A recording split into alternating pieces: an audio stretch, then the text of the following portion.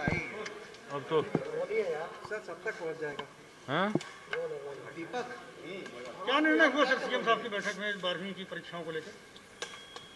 देखिए, हम लोग ने पूरी तैयारी करके रखी थी पहले से ही कि हाई स्कूल और इंटरमीडिएट की परीक्षाएं होंगी, लेकिन कोरोना संक्रमण के कारण चूंकि हमने ऑनलाइन टीचिंग की भी व्यवस्था में पूरी जो ऑनलाइन टीचिंग की तैयारी थी कोर्स शेड्यूल को पूरा किया था और पहले से ही हमने जो पेपर सेटिंग किया था उसमें 30% कम कोर्स करके पेपर को बनाया गया था। लेकिन इधर तेजी के साथ में जो द्वितीय लहर थी कोरोना संक्रमण के कारण बहुत ज़्यादा दुष्प्रभावित हुए कई क्षेत्र, कई शहर, और अभी भी जो कोरोना संक्रमण है उसको जाने में पूरी तरीके से नियंत्रित होने में कुछ समय लग सकता है।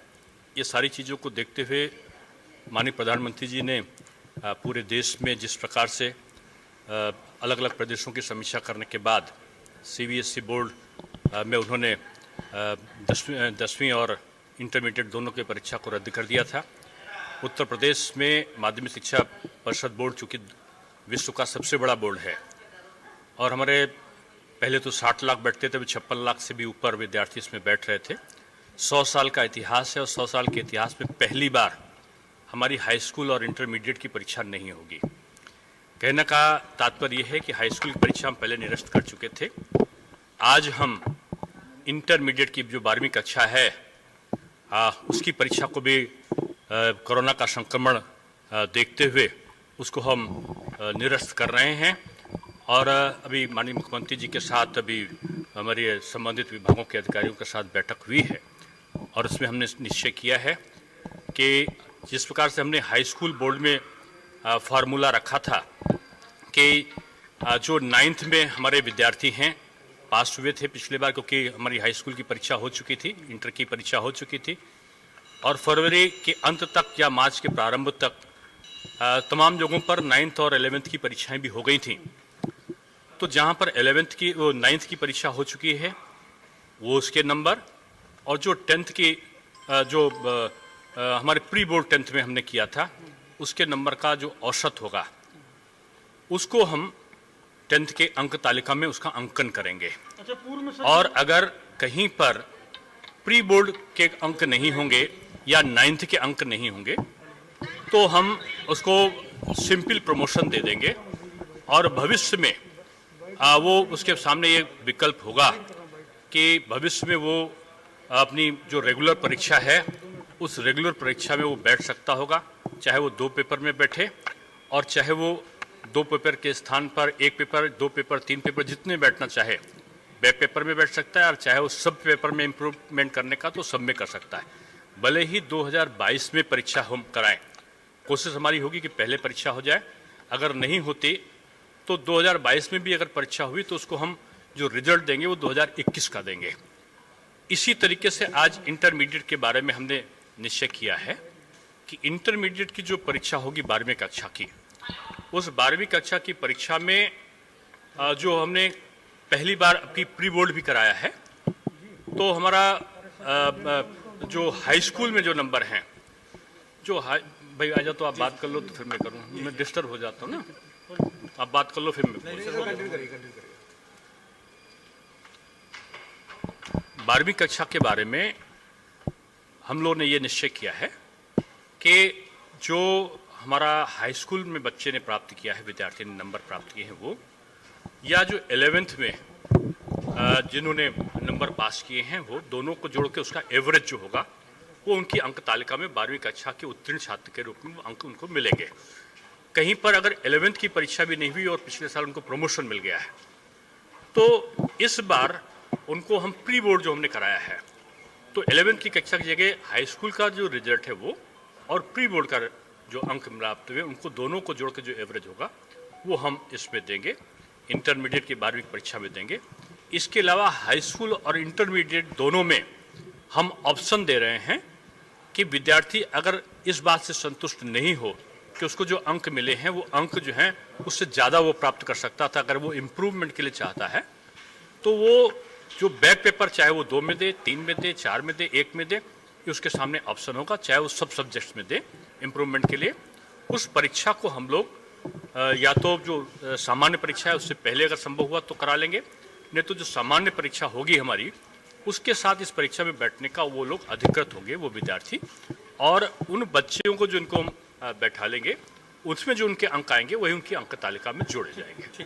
सर, जो मौका दिया जाएगा क्या उसके लिए अलग से उन्हें शुल्क देना होगा अगर बैक पेपर या इम्प्रूवमेंट होता है ऐसे केस में? अब इसका निर्धारण हम करेंगे। वो शुल्क तो अगर परीक्षा का दे दिया गया है तो उसका अलग से ही होगा कि नहीं होगा ये हम बाद में तय करेंगे। तो कब तक रिजल्ट की उम्मीद की जा सकती है? नहीं, अब आज हम फार्मूला दे रहे हैं, उनका हम प्रमोशन हमने देने की बात कर दी है, अब हमारी गतिविधियाँ शुरू हो जाएंगी। ठीक, 2 minute.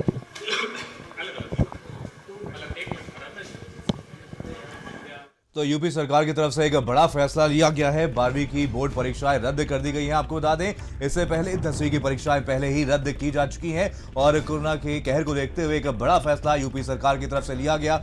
Deputy CM Dinesh Sharma की तरफ से कहा गया है कि 10वीं में जो अंक बच्चों को मिले होंगे और जो 11वीं में अंक बच्चों को मिले हैं उसका एवरेज निकाला जाएगा और उसके हिसाब से 12वीं का मूल्यांकन किया जाएगा। उनकी तरफ से यह भी कहा गया है कि अगर बच्चे सेटिस्फाई नहीं होते, इस मूल्यांकन से अगर बच्चे सेटिस्फाई नहीं होते हैं तो आने वाले समय में बच्चे इसको लेकर के बैक पेपर फॉर्म भी भर सकते हैं और एग्जाम दे सकते हैं। तो एक बड़ा फैसला यहां पर यूपी सरकार की तरफ से लिया गया। आपको बता दें, देश भर में कोरोना का कहर लगातार जारी है, दूसरी लहर अभी भी लगातार जारी है और विशेषज्ञों की तरफ से यह अनुमान जताया गया है कि आने वाले समय में तीसरी लहर भी जल्द आने वाली है और इसमें सबसे ज्यादा बच्चे संक्रमित होंगे। इसको देखते हुए यूपी सरकार की तरफ से एक बड़ा फैसला लिया गया है और 12वीं की बोर्ड की परीक्षाएं अब रद्द कर दी गई हैं। इससे पहले 10वीं बोर्ड की परीक्षाओं के लिए भी एक बड़ा फैसला लिया गया था। 10वीं की बोर्ड परीक्षाएं पहले ही रद्द की जा चुकी हैं और अब 12वीं के लिए भी एक बड़ा फैसला ले लिया गया है। इन परीक्षाओं को भी यूपी सरकार की तरफ से रद्द कर दिया गया है। डिप्टी सीएम की तरफ से कहा गया है